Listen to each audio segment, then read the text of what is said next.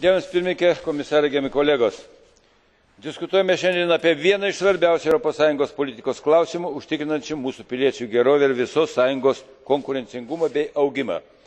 Praeities sanglaudos politika buvo lemiamų veiksnių, kuris užtikrino didesnę skurdesnių ES regionų integraciją, augimą bei ženkliai sumažino ekonominius ir socialinius skirtumus.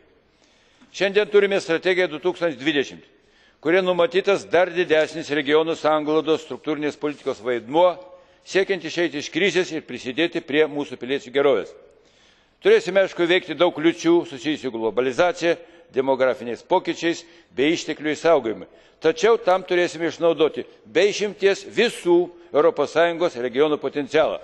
Manau, kad ateities regioninė politika turi būti susieta su pagrindiniais Europos tikslais, tai yra inovacijų, mokslinių tyrimų, ekologinių ir energetinių iššūkių srityse ir padėti, aišku, kurti Europos pridėtinę vertę. Tačiau tik su maksimaliai skaidriai, efektyviai ir su labai efektyvia kontrole. Dėkui už dėmesį.